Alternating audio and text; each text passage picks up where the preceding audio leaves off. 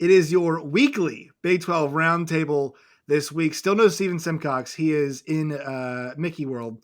He is with the family in Disney World. I am Josh Neighbors, the host of Locked On Big 12. John Williams is here. He is the host of Locked On Sooners, as is Linda Godfrey. She is the host of Locked On Pokes, and also Jake Hatch. He is the host of Locked On Cougars. Tonight, we have a lot of news. We got Mark Emmert. He is going to be stepping down as the head of the NCAA. Then we have some news about the Baylor quarterback situation. Sounds like we know who it's going to be at the helm, at least to start the season next year for the Baylor Bears. And then take a look back at some spring football, maybe a little NFL draft in there as well. A lot to talk about today on the show coming up after this.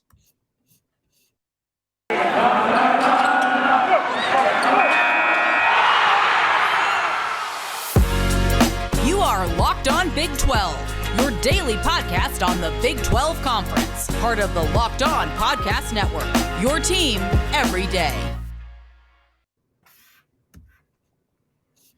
All right, once again, so the big news today, folks, was that Mark Emmert, the one of the great punching bags in American sports. We've talked about this before, but commissioners, usually in professional sports, are very much punching bags. Like that is kind of their function. Roger Goodell is a great example. Anytime anybody's mad at the league, they're like, Roger freaking Goodell. We're so mad at him. And usually, here's the thing. He takes it, he eats it, he wears it well, whatever he has to do. He makes a lot of money. And guess what happens? It's the most watched sport in the entire country, right? And that's why he is paid so handsomely. Mark Emmert is really the opposite end of this. To me, guys, I want to start like this. I don't think we know what Mark Emmert's legacy is going to be because he has left the door so wide open for so much to change. So closing the book on this now, and I think they said that he is going to serve until June 30th, 2023, but I think, also at the same time, like if they really find somebody before then, I don't see him staying on, whatever. Kind of almost a Bob Bowlesby situation, right? In that kind of sense. I think that's probably how it would go down. We'll see. But do you guys agree with my assessment? John, I'll go to you first, that like we can't close the book yet on Mark Emmert because the door is wide open for a lot of things to happen, whether it be NIL, transfer portal, and college football, and really the NCAA's involvement in college football moving forward. Yeah, there was not really much done at the NCAA level to enact regulations for NIL to kind of restrict the transfer portal. They kind of just let it be the wild, wild west and kind of did the Pontius Pilate. We're washing our hands of this and good luck, everybody. And I kind of think what you're hearing from coaches across the country, the Sabins, Lincoln Riley at times, Dabo Sweeney is a big proponent of regulation and creating some structure to this. A lot of that is probably some frustration with the NCAA leadership and not providing an avenue to have some regulation, not stepping in and saying, hey, look, we're going to be the leaders on this. We're going to be the ones not relying on the states to create what this should look like, not relying on the universities to create what this should look like. We're going to be the ones to be proactive, setting up some guidelines, setting up some restrictions, so that it does have some transparency and does have some cleanliness to it. Because for better or worse, I mean, we're seeing the pay for player thing happening. It's not strictly that, but it is what it is. But that's partly the NCAA's fault for not creating a sense of boundaries for these schools to work within and the businesses to work within as well, to make sure that it's staying on the up and up. And I think just the inactivity of Mark Emmert in that vein is part of what's going to be the lasting memory of him as far as NIL is concerned. I think it's what you said. The commissioner is there to be the go-between between the fans and the ownership. In this case, the fans and the presidents of the university. I mean, the NCAA, he got a lot of power because of the conferences and the presidents of those conferences, but they needed a better leader in this last 12 years. I mean, so much realignment's gone down. We've seen, the college football playoff expand. It could have expanded further, but it didn't. We've seen transfer portal just open up and NIL just kind of become the wild, wild west. And so I mean, the NCAA, if they really want to be an active part of college football, which they seem to want to be, then they need to take a lead on some of these things that have become pretty controversial over the last couple of years. So, Linda, if you had to pick a favorite or least favorite, well, if you're picking the least favorite, I guess it would be the NCAA punishing Oklahoma State. So that's probably the least favorite. But if you had to pick like your favorite adventure that we've had during the 12-year tenure of Mark Emmert, I'll give you the chance of talking about them fighting against NIL, obviously. I'll give you the chance to talk about them, with the inequity of the women's basketball tournament when they've got plenty of money to support it. We know how much their men's tournament makes, and the inequities that we saw on that front. The pay for play in basketball, which really the NCAA didn't seem too keen on punishing anybody for a long time. We're still waiting to hear what Kansas's rule is going to be. But hey, look, I'm wearing my Missouri shirt. You're an Oklahoma State fan. We get to hear pretty fast about our overbearing punishments for us. So choose your own adventure. What's been your favorite of the Mark Emmert tenure? Man, my heart's beating all fast. I love a good choose your own adventure. First of all, it feels like things started happening, especially recently with like the NIL, and he just like, that move where you put your finger in your ear and you go like, nah, like Yeah. I'm out, I'm done. And he's just kind of going to wash his hands of the mess that he's made, which is a special kind of human. Just as a whole, it's a character flaw, in my opinion. But for sure, the way that he's handled the NCAA women's basketball tournament held this year was the first year that they got to brand as March Madness. Mm-hmm. That's insane. And what happened? They put those games on TV and people watched them. People went to the games. They went to the stadiums. And yes, it helped that there was some attention on some of those girls that were playing really well. I mean, I was seeing them on TikTok. You were seeing them on Twitter. There was like hype surrounding it because put some money into it, which is wild how that happens. I like the transfer portal. There's certainly things that I like in the advancement. I would like to see not regulated well, right? Like there's no windows for transfer there portal. Are issues. There's no rules on what constitute name, image, likeness deals. Or we just handed kids cash. None of it's perfect. But again, anytime you present a problem to him, he like I'm not listening to you. I don't care about, like, it just feels like he was super unattentive. And when you're talking about a guy that's in charge of as much as you're in charge of, I'd much rather have someone that's very attentive than a guy that just seems to not care too much. Jake, it was the constant, the one thing that was consistent from Mark Emmert during his tenure was the amateurism, right? It was always student athlete. These are amateurs. And during the 2010s, I think especially in that tenure, the money was skyrocketing for television contracts, for these bowl games, like the title sponsors, the NCAA tournament. They were always making a lot of money off that, but I think there was more attention paid to how much money was made off those events.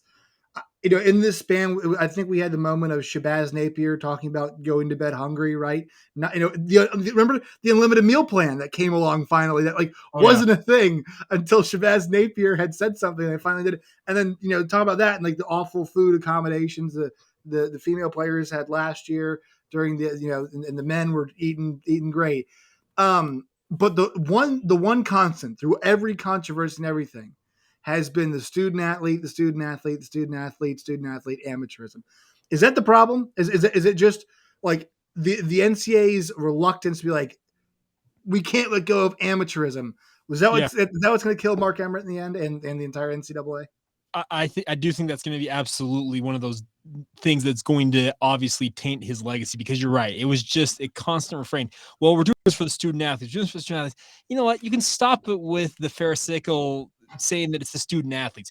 You guys are a multi-billion-dollar business that doesn't want to lose any of that money. You guys can remember in the early days of that pandemic, the NCAA fought tooth and nail to keep the NCAA tournament alive because they were not about to give up that billion-dollar tournament. Mm-hmm. And they finally had their hand forced when everybody else around them was canceling. So it's one of those things. I wish the NCAA would just have realized, you know what?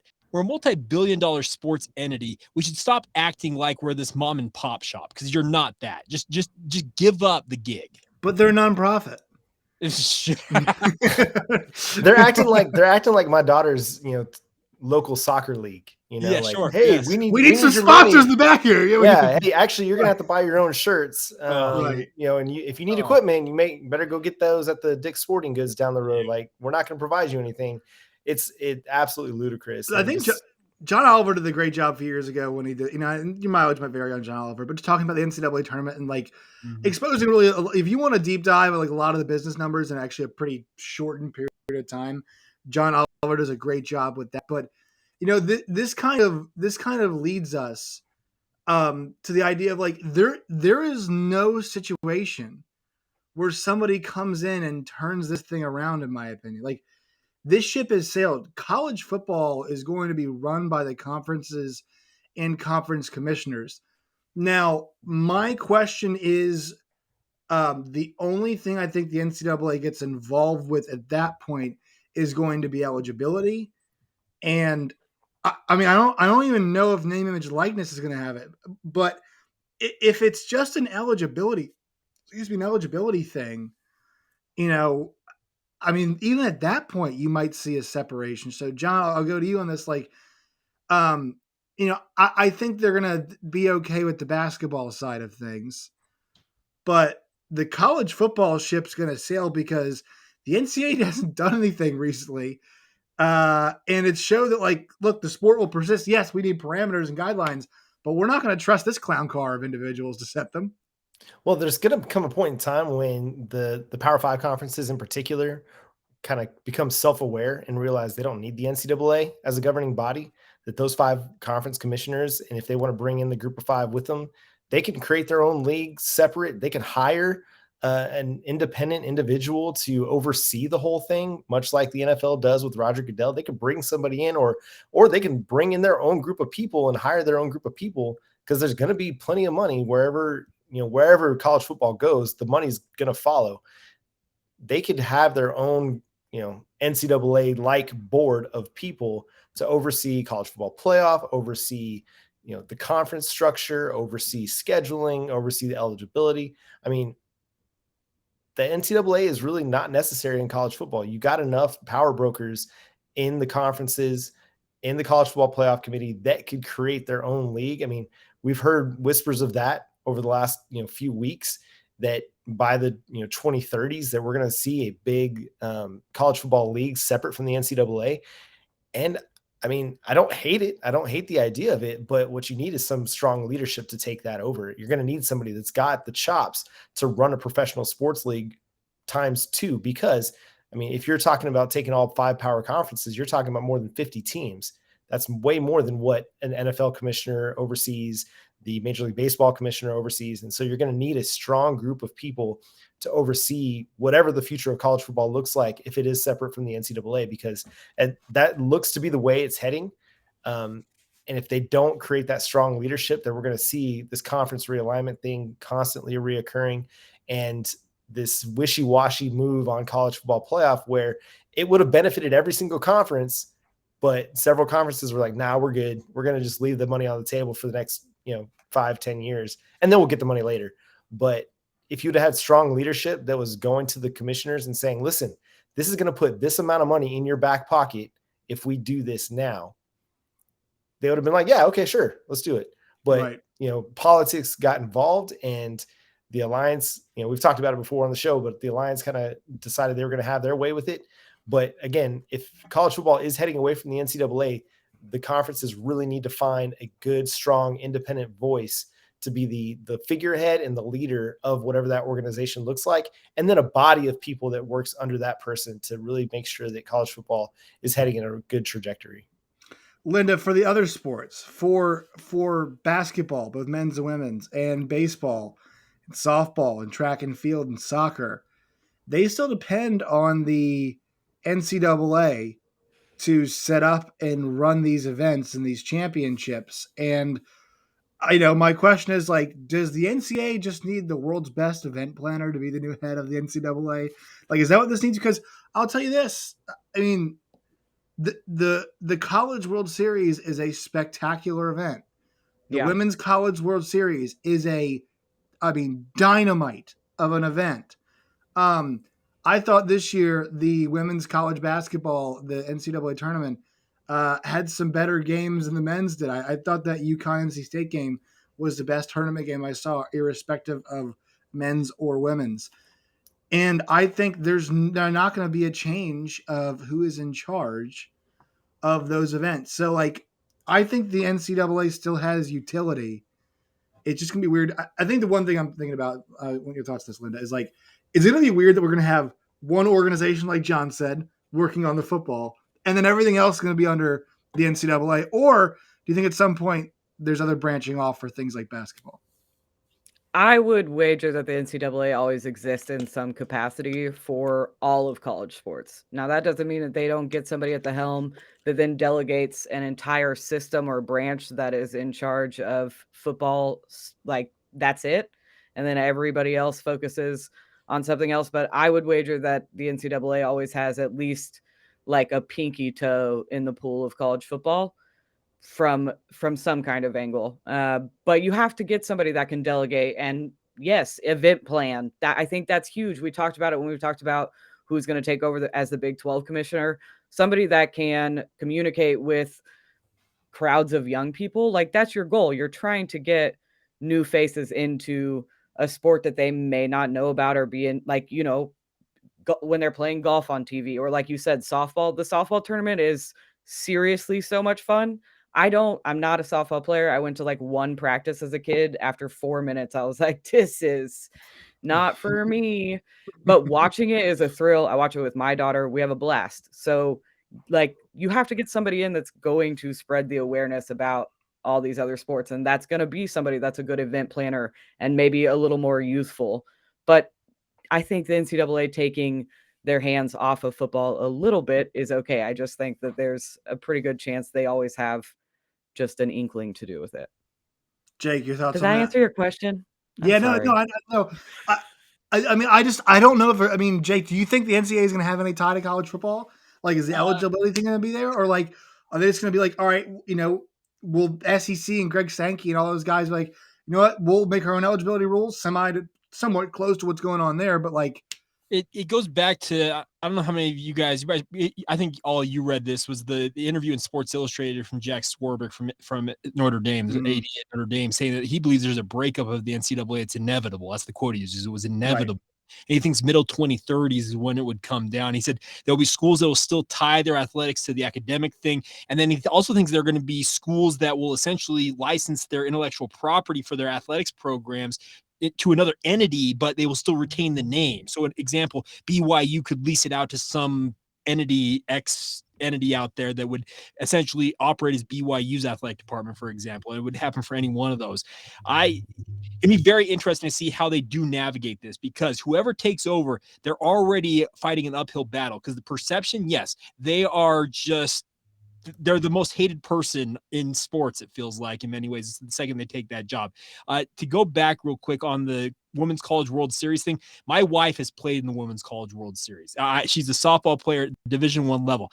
That tournament is absolutely incredible. We still watch it to this day, me and her, and it's so much fun. So that's the type of stuff that should be highlighted more. I know football drives things, men's and women's basketball in particular really drives it, but these other sports and their postseasons, because you're right, the World Series for both the baseball and softball thing, that's a lot of fun, and that should be highlighted more, I feel like, moving forward. The question will be, who can you find that can balance both continuing to push the football element while also understanding that, hey, we've got to pay attention to these other sports, because at some point that football side of things may ultimately just divorce itself from us completely. Yeah, the question to me is, you know, I think their ace in the hole right now for the NCAA is that they're holding on to what is a nearly $1 billion event every year in the NCAA tournament, right? So, and I think their television contract is running through like 2032, I think is what it is right now. I'm looking at it right now. Yeah, the deal to 2032. Yeah. So, you know, they have, and that, look, that's always going to draw. Like, there's no situation where that just, it's bulletproof, right? It is, the NCAA tournament is absolutely bulletproof. There's no situation unless they started, you know, doing something awful to make it not appealing to everybody. But that's my question. I know Jack Swarbrick is saying like, yeah, it'll all break up, but I'm not an expert on these things. Does anybody have any idea how like the NCAA would lose the NCAA tournament, which is what it's known as? It's NCAA March Madness. NCAA. I don't see a situation where that happens. Jake, the way I took it from Swarbrick is he's thinking more football than anything else. right? Will break things up, because I'm with you. The NCAA, that cash cow, there is not a chance in hell that they are going to let go of that. They are not letting go of that bag at all. So maybe it is that football ultimately does decide it's going to become its own singular entity, and maybe has a loose association with the NCAA and its member schools because they're playing in the sport. But maybe at that point, there is just a complete separation essentially of football, and then all these other sports over here are still under the NCAA umbrella. Maybe that's how they will go about it. All right, so let's get to our next topic, okay, on the evening. We got some news coming down today from Sikkim 365. They said that multiple sources, are telling them that Blake Shapen is expected to be named the quarterback at Baylor University for the 2022 season. Now, this is coming off the heels of something that you all were not involved in, so don't worry here. Last week, we did the quarterback power rankings in spring, myself, Emery Lida, and Drake Toll. And it was a voting system. So once again, it's my show. I should take ownership for it. But our rankings Come on, Mark Emmert. we had Gerry Bohanon at number 2. And I said, gentlemen, I'm not sure this man wins his own quarterback job. Well, it sounds like he's not going to. And I want to put this out there. Let's see, our guy Parker from Statso War on Twitter said this. He said, despite Baylor fans' commitment to pretending a great athlete was a great QB, the rest of the Big 12 should be very unhappy about Aranda's QB decision. You go on to say, Baylor ranked 41st in EPA/pass, so it's expected points added in the pass game in 2021. Now, 41, you might say, it's pretty decent. Their passing offense was the worst unit that Baylor had last season. Blake Shapen, last seen not doing very well in the second half of the game against Oklahoma State. Blake Shapen also, friends, holds the record for a Big 12 championship game for consecutive passes completed at 17. So, John, we're going to go around and basically ask everybody the same question. As somebody who's going to be covers a team that's going to be an opponent of Baylor, are you happy, saddened, indifferent about this decision? What do you think? I'm going to take a we'll see approach, because one of the great things you had about Gerry Bohanon was you knew he wasn't going to turn the football over. He was going to play a style of quarterback that was going to keep Baylor efficient enough in the passing game while using his legs as a runner to keep the chains moving. Now, they lost Abram Smith. They lost Tristan Ebner out of that backfield. And to me, that's still one of the big question marks is that running back for Baylor. Blake Shapen looked really, really good in that first half against Oklahoma State. I mean, he also got the benefit of 4 Spencer Sanders turnovers in the first half of that Big 12 championship game. Sorry, Linda. Those are just the facts. But can he have that same level of efficiency, that same level of effectiveness throughout a complete Big 12 season? I think he's a good quarterback. I think he's going to be a really good quarterback for Baylor and in the Big 12.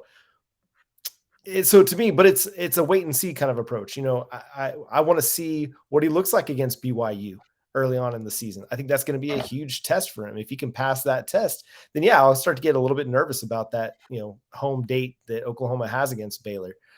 But until I see him a little bit more, right. I kind of want to take a wait and see approach. My only hope is that Gerry Bohanon heard it from Dave Aranda first and not through Twitter. Cause man, I don't know. The breaking news thing, I get it. It's part of the media, but I feel bad for these kids, man, when they're hearing that they lost the starting quarterback job through Twitter. That's I don't know, just kind of hard. Well, it's tough because they're not making any announcement here either. So there's a chance that maybe he didn't hear it. Look, that's not necessarily on Dave Aranda. It's just that word gets out and stuff like this happens.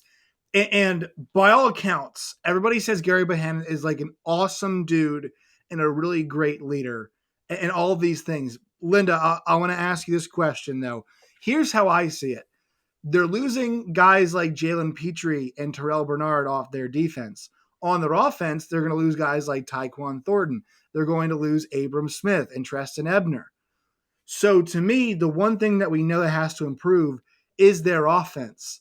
And this guy, Blake Shapen, in my opinion, gives their offense the best chance to get better, not just beyond, Gary's got time left too, but not just beyond, this season, but and beyond too.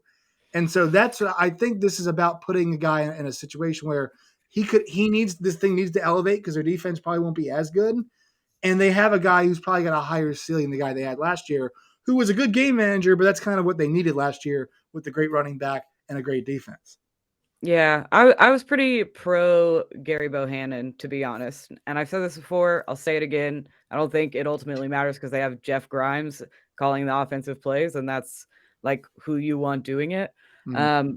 What I will say is, though, you're right about the defense maybe not being as good next season. That like historically offenses pass more when they're down in games. So if they're worried they're going to be down, then the passing game needs to step up.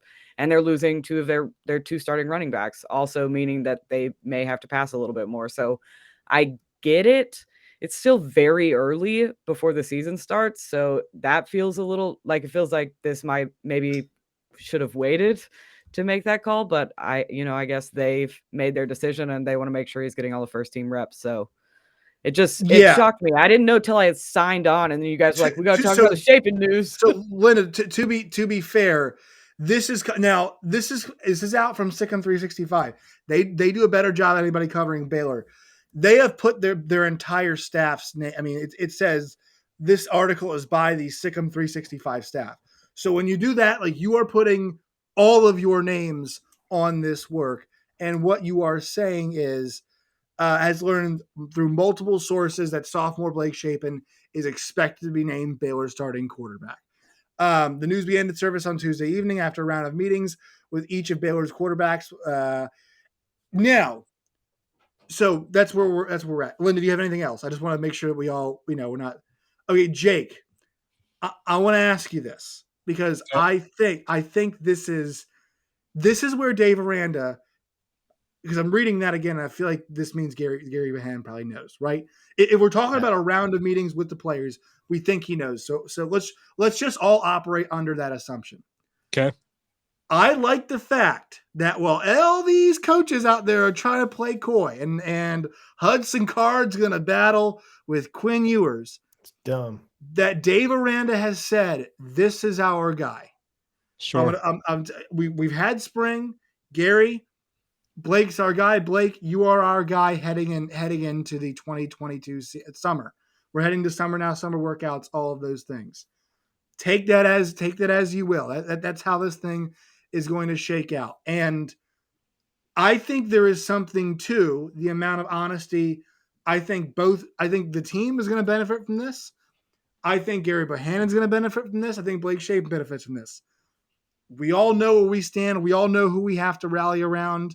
And I'm totally cool with that, as opposed to we're not sure. We got ourselves a 12-way battle here because I want to keep all 12. We got a kid, the guy used to scoop ice cream in section 140 last year. He's made some good throws this year as a walk-on. I think we might, he might have a chance. Like, how do you feel about the honesty as the best policy so we know who we're behind here?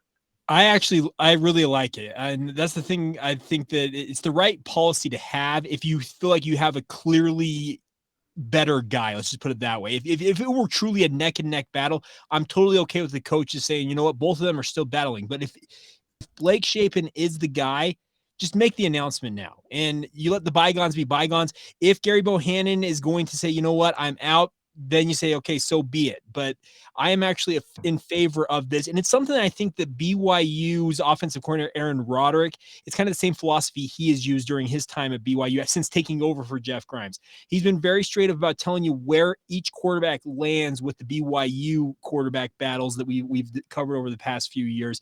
And he's been very, very straightforward about that. So I like that part of it. The one thing I will say about this is BYU got absolutely punked by Baylor last year, and they want nothing more than to get revenge in that home opener when Baylor comes to Provo in the second week of the season. And the thing is, Tristan Ebner and the running game for Baylor absolutely killed BYU last year. The Cougars are not sad to see him off to the NFL. They want to see Baylor maybe throw it a little bit more. It might give BYU a better chance at winning that game. And yeah, I think you're totally right, because I'm actually just like so interested by that game next year, because Baylor's gonna be completely different. It's gonna be a completely different team. A guy that I work with, Gabe Eichert, played center at Oklahoma. A lot of accolades, really great player. Always made the point to us. Has made this point a lot that like it's so important that everybody knows who the guy is playing quarterback, because it is the most important position in all of sports. Is what most of those people, most football players believe. It's so important. Everybody knows who that is. And I think Dave Aranda and Jeff Grimes like understand this year is going to be more challenging for them on offense. And so it's important that we don't do this waiting game. I mean, this was, correct me if I'm wrong here, guys. Like, this was the quarterback battle of the conference. This was the best quarterback battle. These are two guys that could start at multiple Power 5 schools, right? I mean, and this is we're hearing it. We think when you were going to start week 1. I'm not sure when we're going to hear about that, but we're hearing now about the biggest quarterback battle. Baylor knows who to rally behind. There's be no mistakes here. It is April 26th. Their opening game, I'm sure, is sometime between September 1st and 7th, whenever it is. They have the next 3 months, 3 months plus, knowing who their guy is. That is invaluable. And I will say this, I'm not sure about BYU's situation, but Oklahoma's like that.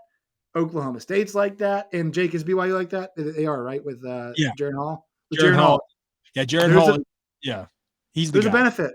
There's a benefit, right? I mean, I think we can all agree, like everybody here on this video is pleased that they know who the quarterback is heading into 2022. I mean, I don't think there's any doubts about that. So, no, John, I think it does another thing too. It gives Gerry Bohanon time. Like if he does want to find a new spot and go transfer, he's got time to go look at his options, figure out where he wants to play, and then he's got 4 months to get acclimated to his new program. And you mentioned what it does also for the team is that it gives everybody else time to get acclimated to the fact that Blake Shapen is the quarterback.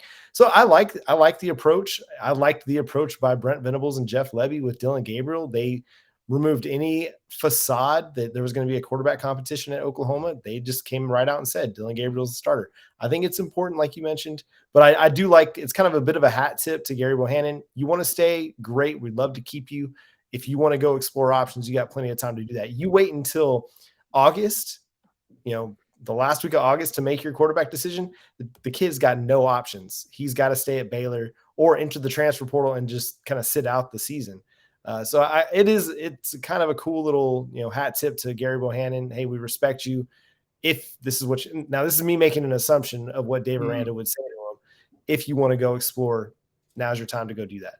Yeah, because he's got to do it. He's got to do it. He's got to get a move on. If he's May 1st, right? May 1st. It's got to be done by this Sunday. And I think it's really because they just had their spring game, and so it's like, look, I know it's a shorter period of time, but it's 5 days. And look, that guy gave them a Big 12 championship, right? I mean, I know he wasn't playing when it happened, but like he got him there. He got them there, and he was. He was the leader of making that happen. And like, that's a huge accomplishment. And I think there will be a lot. I work, working at XM on the Pac-12 channel, and I've been working on the Big 10 channel. And we're talking about some of these schools. Like, there are a whole heck of a lot of Power 5 schools that would love to have a Gerry Bohanon. I mean, the Illinois, the Rutgers, of the world. Those teams would love to have a guy like that. The Cals, they might not say this otherwise, but like the Cals of the world, the Colorados of the world, a lot of these schools would love to have a guy like that there for them. And I'm excited for him that and look, he might stay. He might be the guy who says, no, I'm going to stay here. This is where I'd like to be. But, it's probably really heartbreaking for him. I mean, I think you have to feel bad for the kids. Like, after what he accomplished last year, just this is major life's not fair. Like, major life's not fair. But I'm glad we're hearing this now, because now Gary's got the opportunity to go somewhere else if he would like to. All right. Last thing here, folks. You guys can go any direction that you would like. So if you guys want to take NFL draft, you guys want to take spring ball, you guys can go any direction here. Something that it's still on your mind from last week, something that is on your mind the upcoming week. So John, I'll go to you first. I think I know what's on your mind. What do you got for us? Well, I'm just going to share. So I took my family to the spring game on Saturday, and it was my first experience in Oklahoma, or Gaylord Family Oklahoma Memorial Stadium. And we just had a really good time. And I don't recommend taking a toddler, but we wouldn't do it any differently. My daughter just absolutely loved just watching the cheerleaders. When the ponies ran onto the field with the schooner, her eyes just lit up, her jaw dropped. She was just amazed by it. And we were way, way up in the upper deck. And it was just a cool atmosphere for a spring game. It was really neat to see just so many people show up and show out. On the football side of things, the player that I was really excited to see on the field was Theo Weiss. Sat out most of 2021 with a leg injury after tying for the team lead in receptions in 2020. And they're going to need him to be a big player. Had one catch for 48 yards early in the game that set up a touchdown for his squad. So really, a really good day for him, and it was really good to see him back on the field. Awesome. Yeah, it was awesome to see that crowd, man. Brent Venables, he challenged everybody, and they got out there and did that. Okay, Linda, I think I know what direction you're going to go in. This must be one of your favorite weeks of the year, because the NFL draft will impact the 117 fantasy drafts that you are going to be doing this offseason. I'm not that many. I'm not that many. And I'm not including best ball. No. What about weekly? You're not going to get away with only me talking about the NFL draft. You could go ahead and put it on next week's docket, because we are doing a segment of NFL. I want to talk about, I went to the spring game in Stillwater. It wasn't a game because our offensive line is injured and we didn't have enough depth to run a full scrimmage, which has been a fear heading into at the end of last season. I was already worried about the offensive line. And then Mike Gundy was like, yeah, we can't even scrimmage. I was like, okay, sweet. But we did get to see some quarterback play. Backup quarterback is still a huge question mark after Shane Illingworth entered the transfer portal. I was a very big Shane Illingworth fan. I think we talked about that one of the first times that we ever got together and did this. But Garrett Rangel got the QB2 reps. So I'm hoping that means, signs are pointing to him being the backup quarterback. Gunnar Gundy, who is Mike Gundy's son, God love him. The throwing motion is not pretty, and he's not very big. And is he a walk? I think he's a walk-on though, right? Yeah. But right now it kind of seems like it's between the two of them for the backup position. And I'm just hoping that seeing Rangel take those QB2 reps is the indication that I needed that he was going to be the backup quarterback. They got somebody pretty good in the recruiting. He's a kid, right? In the recruiting class, they got who's pretty good. Was he the 4-star last year? Yeah, whatever it was. Yeah. So basically, what you're saying is you better pray that they keep Spencer Sanders upright this year, right? Is that what I'm hearing? Yeah, and he hasn't played a full season yet, so it's a valid concern and a very important position for the Cowboys. Not shocking that the spring was so grueling that it made the offensive line hurt. Mike Gundy's practices are not known to be the easiest in the world. All right, Jake, what is on your mind, sir, as we conclude today's show? Well, BYU's spring ball is pretty far in the rearview mirror, so I wanted to go on the NFL draft this week, and I wanted to highlight Tyler Algier. He's the most likely of all the BYU candidates this year to get drafted. I'm expecting to hear his name called somewhere in the late part of round 3, but more likely round 4, round 5 in the draft. But his story He's a walk-on from Fontana, California, came to BYU, started as a running back, realized, hey, if I want to get on the field early on in my career, I got to switch over to linebacker. He plays linebacker, actually leads BYU in tackles against Boise State one year. The very next year, he switches back over to running back and leads BYU in rushing that very next year against Boise State. This is a kid who is just an incredible success story. Bet on himself, bet on coming to BYU. He's not a member of the LDS Faith, which runs BYU, and just he's been an absolute sensation. He set the single season rushing record this past year for the Cougars. It's a really cool story, and I'm super excited to see him in the NFL. I'm wearing my Niners hat tonight. I have I'd like to see him with the 49ers. It probably won't happen because they already have their running backs, it feels like, but I just hope that kid makes good on the bet he made on himself at the college level, because I can tell any NFL team, if they were to ask me what they're getting in this kid, he's a football player. Special teams, linebacker, running back, you can put him wherever you want on the field. He will do his best to succeed. He did it at BYU, and I'm expecting the same in the NFL. I would just like to say that this is an awesome running back class, I think. I think this can be a really strong running back class. Brees leads the way, so I guess we're partial to that. But yes, Kenneth Walker, Isaiah Spiller, James Cook, Kyron Williams, Tyler Algier, Damian Pierce, Zamir White. I mean, Jerome Ford, Abram Smith, Tyler Beatty, like my Missouri Tyler. Like that dude was a horse this year, and he's not a 5'8", and he had to get 200 some carries this season. It's like, so I'm pumped for this. I'm very pumped, and we'll have all kinds of coverage about how things went for the Big 12 next week. That'll be the focus of our show, just kind of the Big 12's draft, because it might not be a good one. Hopefully it is down the line, but we'll see. All right, everybody, who's going to be the player they sleep on this year? That's going to be the question, because they Big 12 player? They keep sleeping on Big 12 players, and then Jalen Petrie. It's Malcolm Rodriguez. I don't know what we're doing with the Jalen Petrie thing makes no sense. Yeah, that makes no sense. He's a first round pick. Yeah.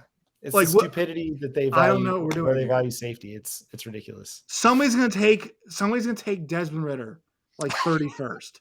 Yeah. And I'll be like, we're like, why'd you do that? And it's like, we got to stand for Desmond Ridder because they're part of the Big 12. But you're right. I watched that Alabama game. It's tough. It's a tough bridge for me to cross. All right, it's a time for everybody to plug their all their work and all of its variety. John, you were up first, my friend. Yeah, make sure you check out Locked On Sooners wherever you get your podcasts. It's free and available on all platforms as well as YouTube. Go subscribe to the channel over there. And you can read my work covering the Oklahoma Sooners over at the Sooners Wire. We'll have some draft reaction as well. Hopefully, they're not sleeping on Nick Bonito like they slept on Creed Humphrey, because that guy's going to be a game wrecker at the NFL level. That's good stuff. Linda. You can find Locked On Pokes on any of your podcast listening apps. I ordered a new laptop so I can finally move over to YouTube and actually connect my internet and make that happen.